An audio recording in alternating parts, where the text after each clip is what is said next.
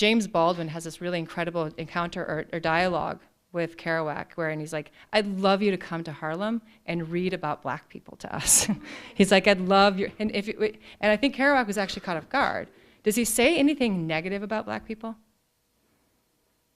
How does he describe black people in the story? Does anyone remember? To him, black people are the escape from the suburb. Because they aren't in suburbs. Suburbs were 95% white all the way through the 20th century. They were denied access to suburban life. So black people, Harlem culture, jazz music, sort of salt of the earth people, do you understand what I'm saying?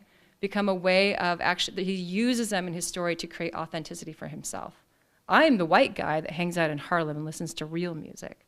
And so James Baldwin's like, yeah, why don't you come to Harlem and tell us about that?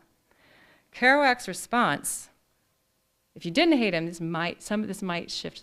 His response was, I don't have time for politics, I only have time for art. As if Baldwin wasn't an artist. Hold on to that point though, because this is my final thing I want to say about him hinges on what he just said. I don't have time for politics, I only have time for art.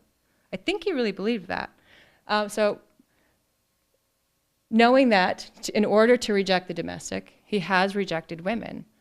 And what's interesting for me is I read this in two different ways.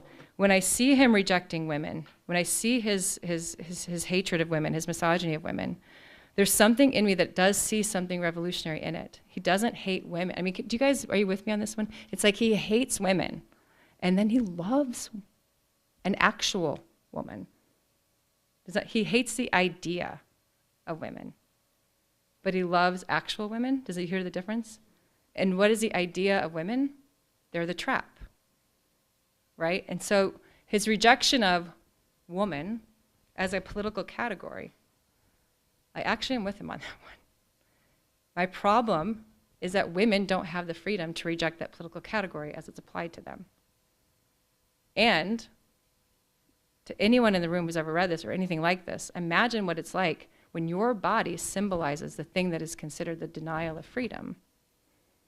Like, how can a woman read this and feel liberation, right? What we're more likely to read when we read this is shame, because we are the thing that holds men back. We are the thing that keeps art from happening.